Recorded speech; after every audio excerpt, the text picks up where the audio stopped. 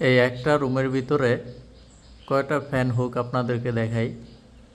এই একটা fan hook, এই একটা ফ্যান হুক, এই একটা ফ্যান হুক। আপনারা একটা জিনিস দেখেন, এই একটা রুম, এই যে এই বিম থেকে এই বিমে একটা রুম। তো আপনারা একটু হিসেব করে দেখেন, এই পুরো রুমের যে ছাদ আছে, এই ছাদের লোডটা কোথায়?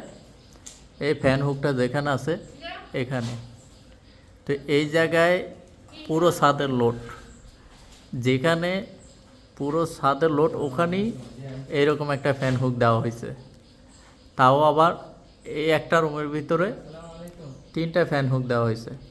আসলে এরকম ছাদের ভিতরে এই ধরনের ফ্যান হুকগুলো দেওয়া কতটা যুক্তিযুক্ত আসলে আপনারাই বলবেন। আমার মনে হয় এই ধরনের ফ্যান হুকগুলো ব্যবহার না করাই ভালো।